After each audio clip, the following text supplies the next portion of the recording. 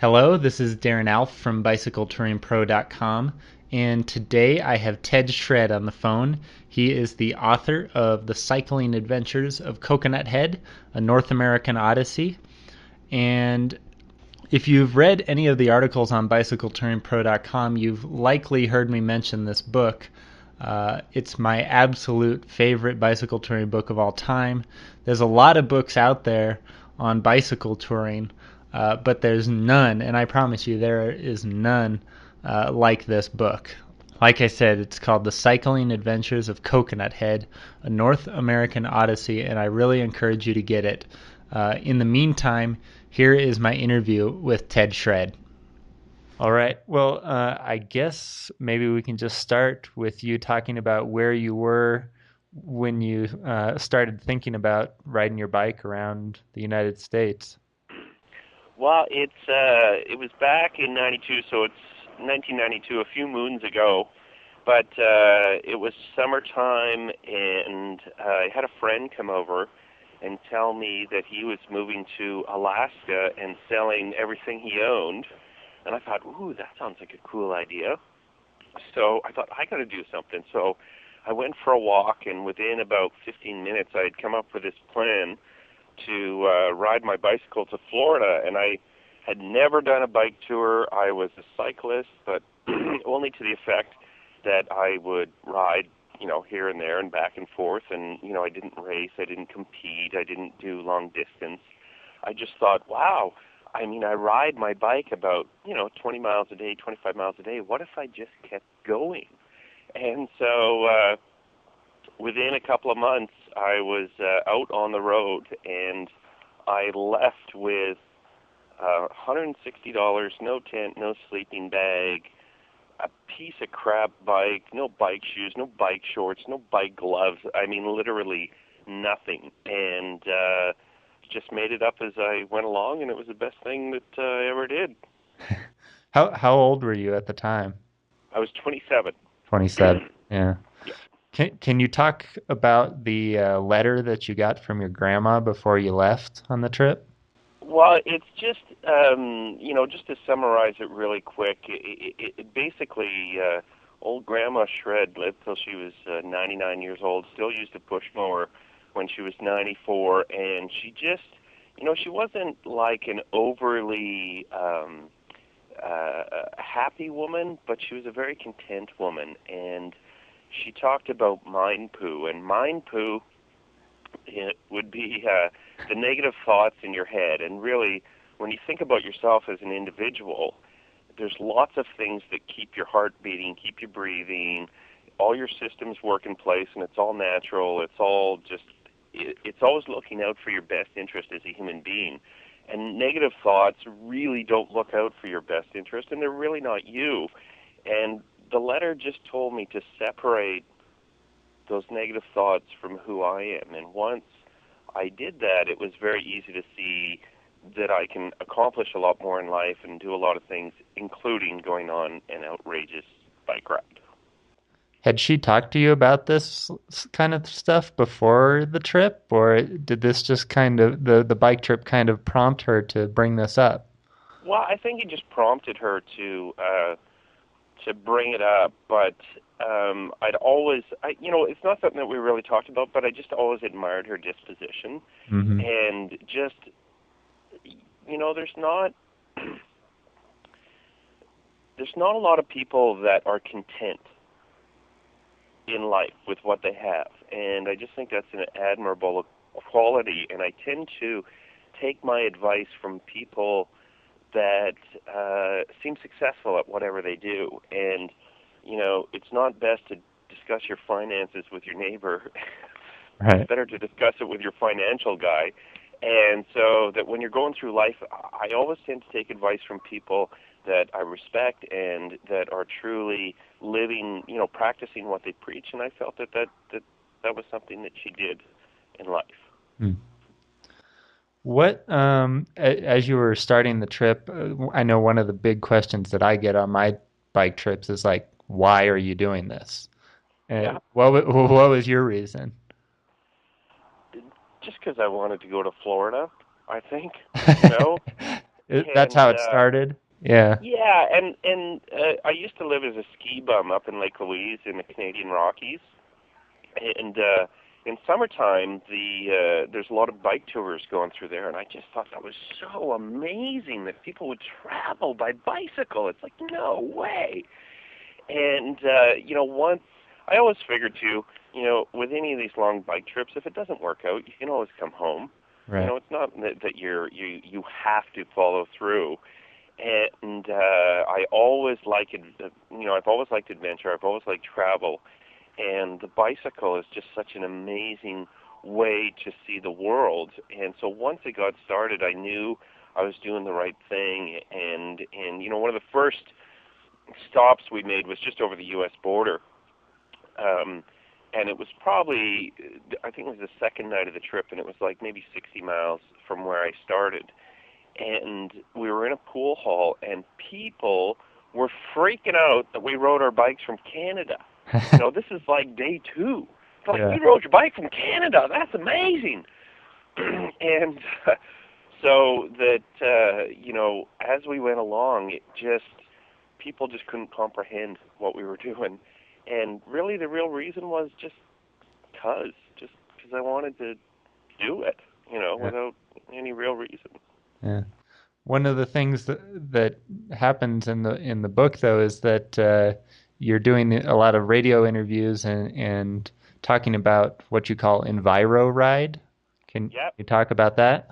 Well, there was, I mean, the mission too, I guess, was that I'm just a regular guy on a piece of crap bike, and if I can ride my bike, maybe I'll inspire people to get out there and do something for the environment. And, so much of the environmental message is doom and gloom. We're all going to die, blah, blah, blah. And, it really doesn't motivate people when you're depressed. And so that I just really wanted to show people that if this crazy Canadian could get in his bike and ride with very little resources, that there's no reason why they can't do something in their own community. And I remember going, I can't remember exactly where it was. It was somewhere in the southwest U.S. And we were camping on a farm, and this guy was going to get the mail, and he drove. And it was like 100 yards. Right. And I'm like, what is wrong with you, man? So, yeah, it was about just hopefully inspiring people to do something positive about the environment without being depressed. Yeah. And the title of your book is The Cycling Adventures of Coconut Head. So some people are probably wondering, what is Coconut Head? Well, Coconut Head was when my father retired. He cleared out his office, and he had this coconut head there. And I said, can I have that? And then it sort of became a symbol of fun and good times. When I first moved out of the house, it was the top of the Christmas tree, and Coconut Head always seemed to be able to keep up with us when we were partying. And so I strapped this stupid coconut on the front of my bike, and that was the good luck symbol or good luck charm for this trip. Right. Did that bring up like a lot of conversations with people that would see that on the front of your handle? Oh, yeah. Well, I mean, first they thought I was insane to ride my bike around, and then it only added to the insanity that I would carry this stupid coconut. And I mean, it didn't hold up well in the weather, and yeah. It went along and sort of became the symbol of moving forward and enjoying whatever the road throws at you. Yeah. I'll tell you a little story here myself. My uncle is actually the one that discovered your book. He was up at some gift store up in Canada, and there it was, and he grabbed it up. By this time, I had done 2 bicycle tours, and so he gave me the book. He read it himself first and then gave me the book, and he also gave me a coconut head. Yeah, and he insisted that I take this coconut head on my next trip so that I could be just like you. And I'll tell you, the coconut head only lasted about 3 days on my trip. I took a spill in some mud, and I guess I lost him, and that was the end of Coconut Head for me. So I'm glad Well, it's pretty funny. You don't get too attached to to the extraneous stuff on your bike trip, it only takes one good headwind, Right. and you start to question every little item that you bring. So Right. I can understand your lack of detachment to Coconut Head. But that's a very fun story. Yeah. One of the things that also I just love so much about your book is like there's so many little nuggets in there that are like so absolutely true. Some of them are about bicycle touring or bicycle travel, but some of them are just about life in general. And like one of the things that I got out of your book, maybe more than anything, is that if you want something, that you kind of have to ask for it. Uh, Hmm. can you talk about how that kind of worked for you on this trip? And Well, yeah, I think that a lot of times we go through life and there's a lot of things that we want. We're just scared to ask for it. And, the worst thing that people can do to you is say no, and then I guess the next worst thing is that you take it personal. But a lot of times people will help you, and I really discovered that the nature of humanity is amazingly good if you allow the door to open to see that. And it's very easy to get negative in our society, and that really there's so many people that just want to help. And I think when you ask for things, you're also showing that you're maybe a little vulnerable and you can't take care of yourself. Mhm. And this whole world operates on everybody helping each other out. And if you think that you own a car and it's yours, yeah, but there was probably 30 or 40,000 people that came together to design it, to put the factory in place, to build it, to do all the parts. And it really helped me, A, learn to ask for help, and B, when people ask me, I make sure I say yes if I have the opportunity to do that. And you were talking about that was intriguing for you. I think probably the biggest lesson for me out of this trip was kindness, learning about kindness and unconditional giving. Mhm. And the first experience that really blew me away with unconditional giving was in Portland, and I was visiting a high school friend who was living down there, and he had a roommate who was a single mother.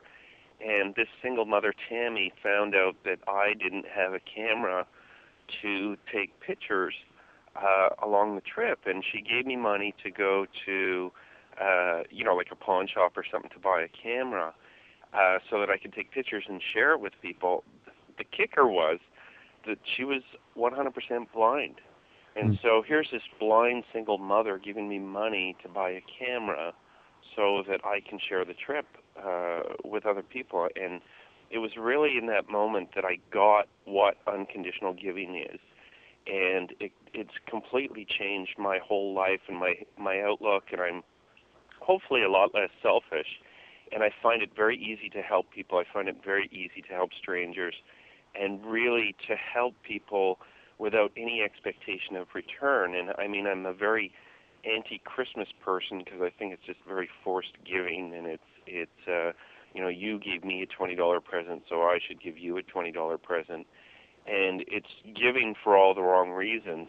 But when now in life, when I find an opportunity to give, it's just so fulfilling and so exciting, and hopefully, that's something that'll catch on in the world. It's just there just isn't enough kindness in the world, and there were so many people that were kind to me on that trip, whether it was a meal or money or a place to stay or fix my bike or buy a camera or whatever it was, that it really opened my eyes that that's a very easy way to live. It's a very rewarding way to live, and you can touch a lot of people in a really positive way. Yeah. I think you've kind of touched on this a bit, but people helping you out along the way. Can you kind of tell some more stories, maybe just about some of the incredible people you met on this journey? Yeah, well, there's two stories I want to tell. It ended up in, and if I'm wrong on this, I mean this as far as names and dates and places. I'm pretty sure it was Duck Flat, Oregon, and ended up cycling through there. Was at the grocery store, couldn't find a place to stay. Someone that came out of the store, and ended up going to his house. or well, it was his parents' house, and so it was Grandpa, who was 87, and he quit smoking pot and drinking because of his 3 bypass operations. Oh, wow. There was Grandma, who weighed she was a very big woman and smoked about 3 packs of cigarettes a day. There was a son-in-law there that was a paraplegic that smoked pot all the time, and he had this little silver tray that he kept under the couch, and then there's this 16-year-old kid there, Terry. And when we went in there, it was probably one of the first few times that we had been camping. You know, we'd camped on farms and stuff, but it was one of the first times that we'd been invited into the house, and they served us dinner, and, you know, it was really nice, and then they started giving us stuff. And as a cyclist, you understand the concept of dead weight, and so they started giving us all the stuff, and we were accepting this and accepting that, and she pulled out this really nice watch and gave me this watch, and I don't like wearing a watch, and I just felt that I had to, for whatever reason, stop the giving. And when we refused this gift, they took it really, really personal, and the whole relationship of the visit completely went downhill at this point. And I realized that when people give you a gift, it's an extension of themselves, and when you're refusing the gift, you're actually refusing their kindness or their generosity, and it's kind of rude, or it's, you know, it's just not a nice thing to do. So after that time, no matter what anybody gave us, I was like, thank you so much.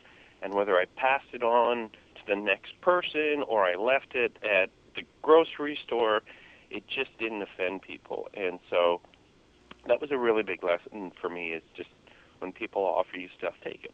Right. Shut Yeah. up and take it. That's it. And some people gave you some really funny things too. I mean, I know at one point, I think you said somebody gave you a bag of pot or something. Yeah, well, we were in Humboldt County in Northern California, which is quite famous for pot. And when we were leaving, like 2 or 3 neighbors came by and gave us like this giant bag of pot, right? And so we found some hitchhiker on the side of the road, and it was just so funny because he couldn't figure out why we were doing it, or whether we were cops or what. And it's just like, hey, you smoke pot? Here you go. Have a nice day.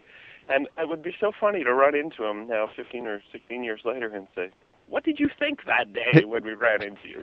Yeah. But people were very, very kind, and I think that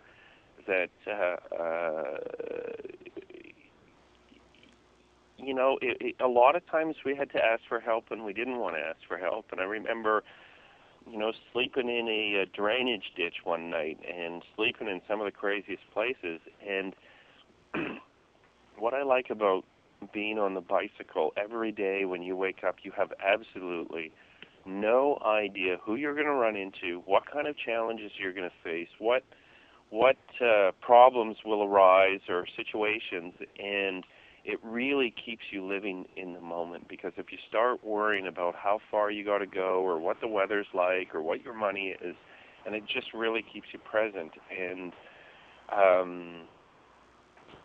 so I don't know where I was going with that, but that's my point. Well, you know, on that same topic, though, I feel like maybe people that haven't traveled by bike or done this sort of thing, that's kind of like one of their biggest questions. Well, how can you do this when you don't know what your next meal is going to be or where you're going to sleep at night? Or, you know, there's all these, I don't know, people are so stuck in their own, you know, way of living, I guess. How do you get out of that if you're in that situation? Well, and how do you get out of it? Good luck.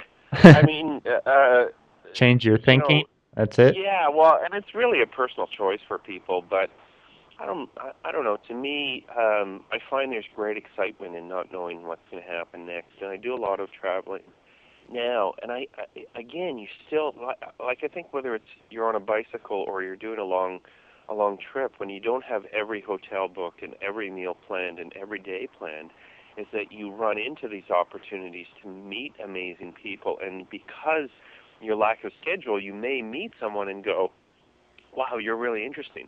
Let's hang out. Whereas when you have a schedule and all this sort of rigidity in your mind, it closes you off. to Mm. these wonderful experiences that the world holds for us. And, I mean, being routine is just boring for me. Yeah.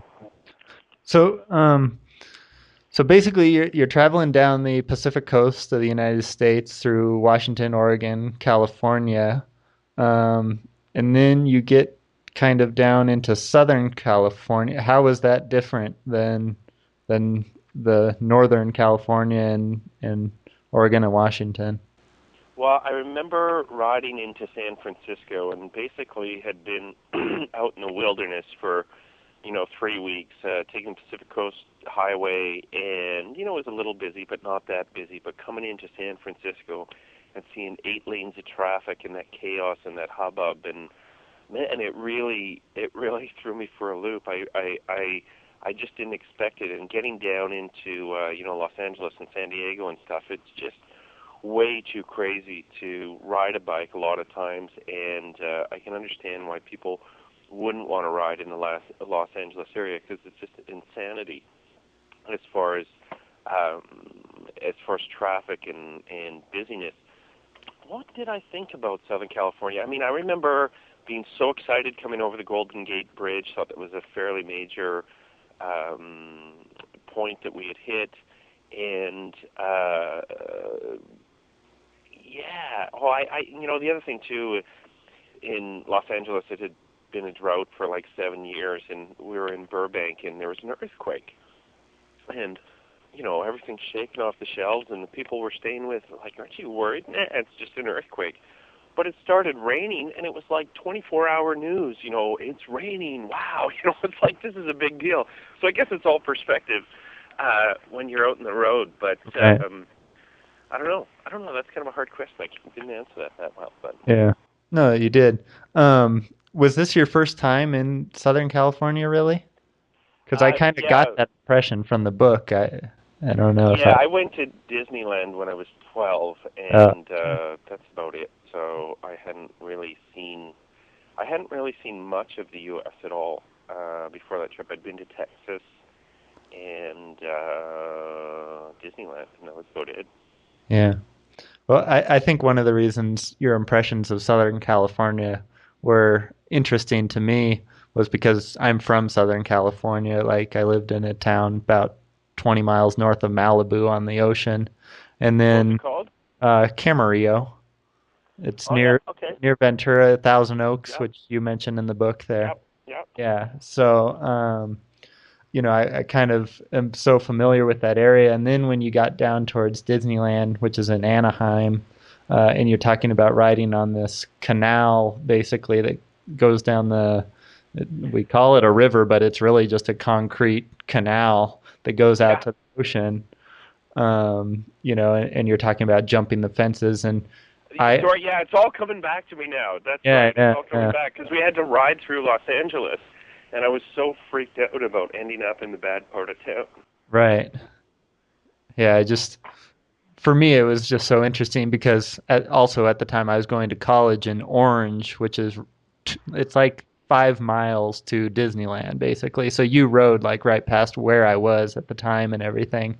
So Yeah. I just thought your impressions of the area were like to me, I never thought about it that way, but then I was like, oh yeah, that's actually like very true. Like, that bike path, I rode that every single day when I was in college, so I didn't think anything about it. But as someone coming there for the first time and also coming out of the forests of Northern California and Washington and Oregon and all that, yeah, it's such a shock, I think.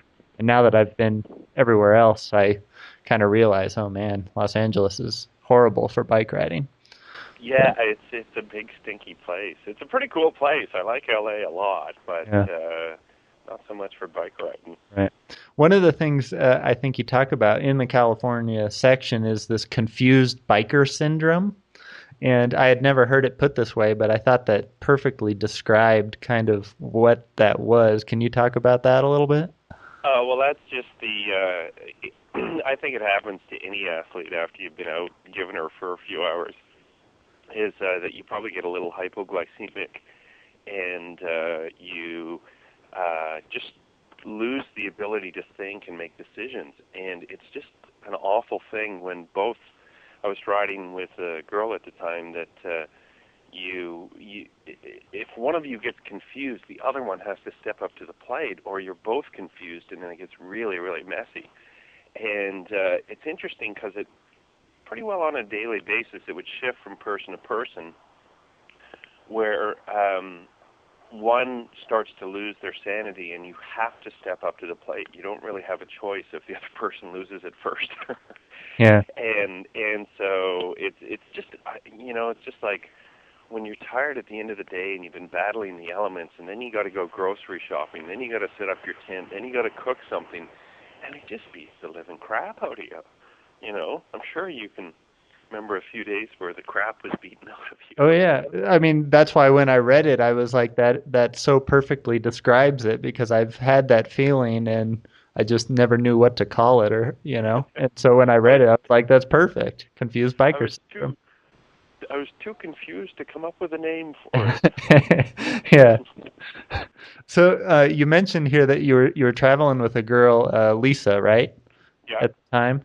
And what was that like, traveling with her? I mean, neither one of you had experience bicycling, and what was your relationship at the beginning of the trip? And can you talk about that? I had only met Lisa like a month before, and I had gone to a restaurant, and I was flirting with her, and then we were just hit it off like house on fire. And I said, I'm going away. Do you want to come? And she's like, sure, let's go.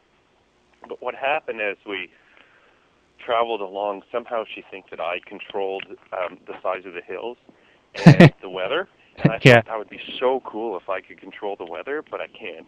And that what happens when you're out on the road, it's very, very tough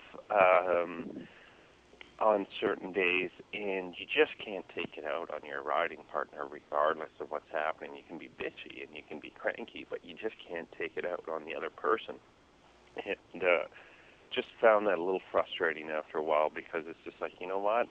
If I could control the weather, it'd be sunny with a 30-mile-per-hour tailwind every day, and I can't, so just suck it up and deal with it. And in life, every adversity really defines people's characters. And I'm not disrespecting Lisa in any way. It's just that certain situations bring out the best, and certain situations bring out the not so good things. And certainly when you're out on the road on a bicycle, you'll find out pretty quickly what kind of person you are and how you deal with adversity. Mm-hmm. Did you have any fears when you were starting the trip that, going with another person, that there would be conflict or anything like that, or? No, not really. No. No, she was sexy. We had fun. Those were my concerns. I mean, I was a 27-year-old male. Yeah, I understand. What could I possibly be concerned about? Yeah. So, as you get down into San Diego, you get this offer to go to a Quantum Leap seminar. What's Quantum Leap? Well, Quantum Leap is kind of like, I don't know, how can I put it in? It's kind of like a spiritual group. Mm-hmm. And so that their goal was to get you to that space where you're just clear on who you are as a person and what's important to you and how you can achieve those particular things. So they had a conference there. They wanted me to come out and speak about my bike trip, so I just got up there and rattled my mouth off about why I was doing it and what I was doing it, and that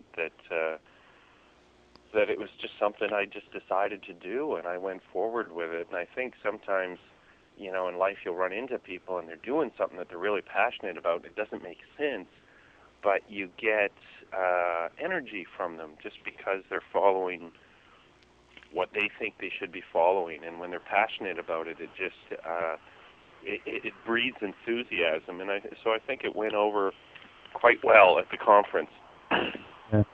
Yeah, so basically you were in San Diego and you got this offer to come out and speak in San Antonio, Texas at the Quantum Leap seminar. And I don't know if you want to go into too much details as to what happens, because I feel like this is where the book really, takes off, and I don't want to blow it for everyone. But how about we'll just give them some hints? Yeah.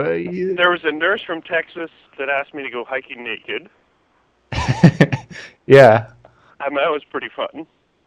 And And that, uh, and then there were some adjustments in the riding situation. yeah. Is that speaking in circles enough for you? Yeah. No, I mean, I really do feel like I don't want to talk anymore because that really, for me at least, I think that's where the book takes off. So yeah, well, if you want to find out what happens, go get the Cycling Adventures of Coconut Head. Yeah, Uh, for sure. yeah. What has your response been like with the book? I mean, what Well, kind of? it ended up it was a Canadian bestseller, and I got on a bunch of local radio, TV, and print stuff, and I got onto a couple national shows in Canada, and did some interviews in the States. And what's so funny is I did an interview with a syndicated radio station about the book. Probably in '96 I did that, and I just talked about the trip, and for whatever reason, they've been rerunning that interview over and over, and I think it's run maybe 4 times. And it Ah, just ran about 3 months ago, and I don't even know where it's running. I just get feedback from a whole bunch of book orders coming in one day. that's And great. but it was interesting. I mean, writing books is a tough business, and it was about 11 months for that trip. It probably took me 6 months to write it and get it all put together, and another few months to promote it. And I think I cleared about $8,000 on it, so Yeah, it's not very much. yeah. One of the things also I like so much about the book are these drawings that fill, I mean, every single page there's a drawing, and I'm guessing these are your drawings Yeah. that are in here. And and I don't know exactly how to describe it, but on every single page of the book there is a drawing of the characters that you've met out on the road, things that have happened, and these drawings, I mean, no offense by this, but they look like they could be they could be by like a third grader or something. But that's Well, when I first got the book, I thought this was like a children's book because of the drawings. But yeah. then you get into it, and I mean, it's just hilarious. Oh well, thank you.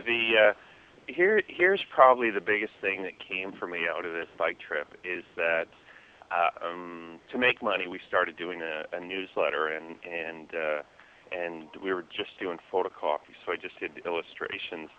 And before this bike trip, I had never done any kind of writing. I didn't even finish grade 11 English. And so it was my mom who said to me, she said, whatever you do, I ask one thing of you, keep a journal. So I started keeping a journal, and then all these crazy things started happening, and it became good content. As well as I'd never illustrated before, and so I did these illustrations, and so that was really cool because I really enjoy illustrating, and I wrote a second book, and it took me about 6 weeks to illustrate it, and sometimes I wonder if I just write so that I can illustrate. Yeah. But the other part that came out of it is I got a radio broadcasting job, and it was something secretly that I'd always wanted to do that evolved out of this trip. And I think what was so exciting for me is I uncovered all these parts of my creative personality that I never knew really existed until I took this big leap of faith to go on this trip. And I think that's what happens when you get out of your rigidity and say, you know what, I have this calling in my heart to do this particular thing. And when you go and follow that, then all these other interesting people show up, and you find out skills that you never had. And that's why it's so important to follow your heart when something comes up in your life, because it'll take you down a path that you could have never predicted, and that will be really rewarding for yourself. Yeah, that's something I think I've always kind of felt about my trips is that like I don't really remember the miles that I've put in, but it's the thing I guess that happens to you afterwards or maybe during the trip that kind of changes you, Yeah. and that's really what these trips are all about. Just setting that stuff into motion. Well, and a lot of times bike touring can, for lack of a better joke, is a pain in the ass.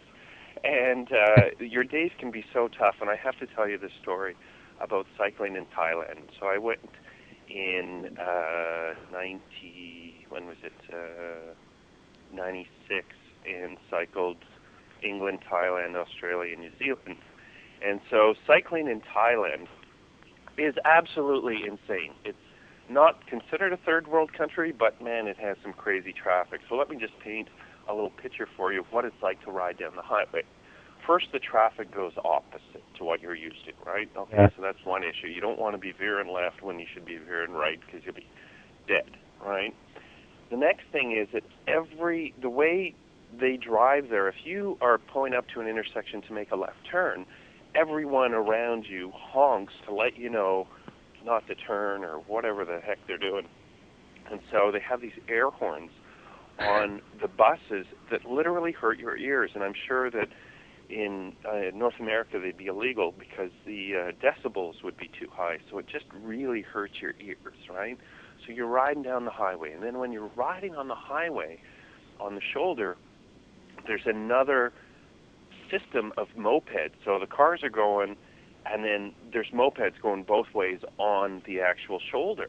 Oh, wow. And then after that, you got to watch out for the water buffaloes and the rabid dogs, because in Thailand they're Buddhists and they don't kill animals, right? So there's all these rabid dogs all over the place, right? And so when you're riding with your bike, it's pretty darn heavy when you got all your stuff on there. Yeah. So you'd be riding, and you'd see this pack of dogs, and you're just like, oh, shit. And, oh, sorry, didn't mean to swear on your show. That's all right. And so the only way that we could deal with it is if you take your water bottle, and as soon as they get close, you squeeze it as hard as you can up the nose of the dog that's just nipping at your ankles. And that's usually the alpha male. The alpha male stop, and then the rest of them stop. So, one bike would go in front, and you'd sit in the back and come up with your tactics of how you're going to deal with the rabid dogs and watch them sweat. And when you're on the bike, man, you got your head down, you're pedaling as fast as you can. People are honking at you. There's mopeds coming. There's water buffaloes. There's dogs chasing you. And then you get past the dogs, and then you watch your partner go through it. Hey. So this one particular day, we were out riding, and we found that in Thailand, it was usually about over 90 degrees by 8 in the morning, right? So it would get pretty hot during the day, sometimes up to 100 with really high humidity. And that we would try and get up, so we're just hitting the highway as the sun's coming up, right? So that we could be finished by 11 or noon, get a good ride in, call it a day. So we were riding. This is south of Bangkok, and we got up to the town, and the road's washed out from flooding, and we can't get in there, and we're certainly not going backwards. And the place that we were standing is all the ants were being, flooded out of the ditches or whatever, so they're just attacking you. I mean, there's just a bazillion ants, so it's like, well, we're not going backwards, we're not staying here, so we go forwards. And so now we've already done a day of riding, and it's only like 1 o'clock. Now we're in the really hot sun, and we ended up at this gas station, and we couldn't communicate with each other, but it was just air conditioned, and we were just trying to get our body temperature down because we were having a lot of problems with heat stroke and dehydration. So we're hanging out there. This van pulls up, and it's full of monks, and this monk gets out of the van, goes over to the cooler, buys like these 9 little drinks, goes over to the counter, pays for them, splits, and we're like, that's interesting. So I go and look at it, and there's these little bottles, and it's all written in Thai, and but you could tell it says like vitamin C, vitamin D, vitamin E, so it must be like some kind of Powerade or Gatorade, and they were like 75 cents each, so we're like, all right. So we had a couple of these things, cooled off, and we just zinged for the rest of the day. We did another 15, 20, 25 miles. Got a place to stay, woke up the next morning, really felt terrible, had a couple more of these things zinged on. So we did this for a couple of days, and we'd be really feeling really terrible in the morning, but the vitamin drinks helped. So we got into, it's just off Surat Thani, I can't remember the name of the town, and it was usually about $8 or $10 a night for a room without air conditioning, but we were so hot, so heat stroke that we decided to pay the big money, $20, and get an air-conditioned room. And about 1 or 2 in the morning, it was so hot in our room, and we were just, you just at the point of snapping or tears or whatever. And so I go down to the front desk to complain that we need another room because the air conditioning's not working. And as soon as I walk out into the hallway, I realize that the air conditioning is working fine, and that we were just so overheated that we just can't get our body temperatures down. So we stopped riding for a few days, and we finally found someone who spoke English that knew what was in the bottles. It turns out there's barbiturates in there. So we were doing speed going down the highway while we're heat-stroked and dehydrated. Needless to say, we didn't recover for about a month from that sort of little adventure. Oh, wow. Out there. So it was a trip, man. But, my point is that you have these really crazy, challenging situations, and at the moment they may not be that great, but boy, they sure help you later in life, and I can go back and enjoy it, and I can tell that story and realize that no matter how bad my day is, it wasn't that bad. It was that day. Right. So what have you been doing since you finished this trip? And well, when I came back, there was a radio station called Z95.3, which is like top 40 radio station in Vancouver. And Vancouver's a pretty big market. It's just about 2 million people. And as I was riding back across the country, I updated this lady at the radio station. She goes, "Wow, you're really crazy. You should be in radio." And I'm like, "Yeah, I should be in radio." And so as I was coming back across Canada, I was thinking, how can I I don't want to, go to school for 2 years, and I don't want to go work in some little piddly market and, be the DJ. So I came up with this idea for a traffic bicycle, and I wrote out like a 30-page presentation, and I compared how much it costs to ride a bicycle to running a helicopter. I figured out the fuel per hour and cost of peanut butter sandwiches per hour for a biker. And I took it to the program director, and he got about 4 pages into it, and he said, "Great, let's do it." I'm like, "Really?" He said, "Yeah, let's give it a try Monday morning on the morning show." And I'm like, "Yeah, can't we just try it like late at night or something so there's not so much pressure?"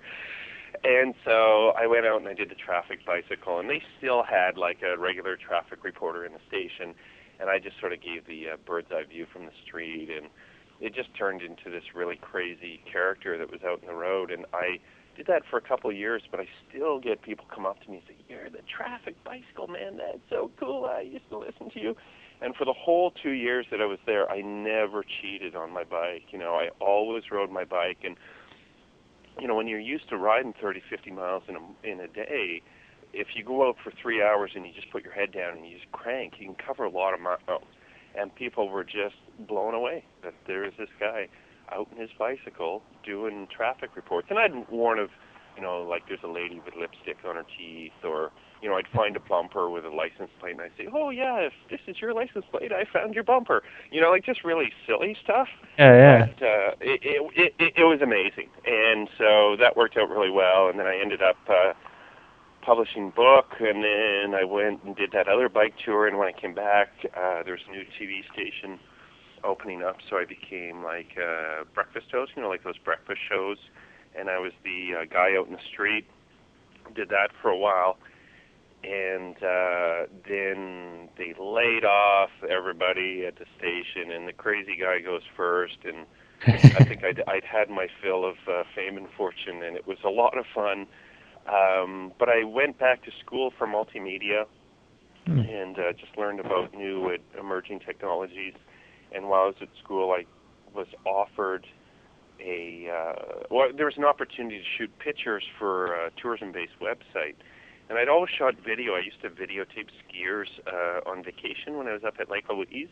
Mm-hmm. And so I went in. I said, "Well, I only have video demonstration to show you." And they looked at it. "Oh yeah, your video is great. Can you go up here to take some pictures?" And I said, "Sure." And then I walked out and I thought, "Geez, I guess I better buy a camera if I'm going to be a photographer."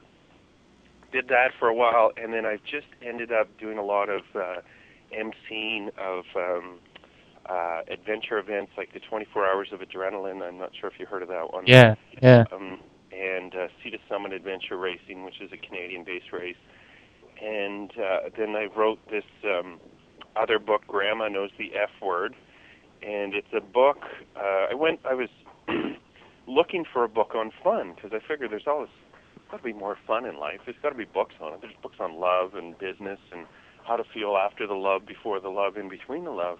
And I feel that having fun in your life is the most important thing, because if you remove fun, then nothing else really matters. If you're not having fun in your relationships or your job or your day-to-day life, that if you don't have fun, you don't have nothing. So if there was no book, wrote this book and went around and promoted it, and I put this website up, discoverfun.com, and to promote the book. And what turns out is that I just got a whole bunch of traffic with people with fun, and so that worked out really well for a while. And I needed to shoot some video one day for the website. I bought a video camera, and ever since I purchased a video camera, I've been booked ever since. Really? With photography and shooting video, and I got really lucky. Here's the power of intention. Not this last December, but the one before, I wrote on a piece of paper, I want to have a client that I travel, I stay in fancy hotels, I eat fine food, and I hang out with fun people. Like 3 weeks later, this guy phones me up and says, he wanted me to do video work for him, and I said, sure. And what he does is he teaches independent restaurants how to market their business, and he does it all over the U.S. And so it ended up that I started going on these trips with these guys, and they go, to resort base like Phoenix or Orlando or whatever, and they go on all these restaurant tours, and we stay at these great motels, and it's just like, it's crazy. I just wrote it on paper, and this guy showed up. And what's so nice about the bike trip is that it humbled me, so that when you're biking and the weather's crappy and you go and get a hotel, you're not going to be staying at the Marriott. You're going to get Motel 6 or Motel 4 or 3 or 2, maybe even Motel 1, right? But when you get to Motel 1 and it's got a shower, a bed, and a remote control and a TV, you think you're the king of the world, man. Yep. So now when I go into lousy hotels, it just, oh, jeez. Can you, is it okay if we stop this for a second? Yeah. Sure, I'll let you hear. That's my ring on my phone. Nick, just at home. Can I call you back in like 5? Okay, cheers. That's my friend Nick. He's got the contract to run all the venues for the photographers for the 2010 Olympics, and I'm trying to get a job at the Olympics. Oh, wow, that would be great. So, but what's happening now, basically, in a nutshell, is I'm a restaurant photographer, and most of my clients are in the U.S., and I'm just having a great time.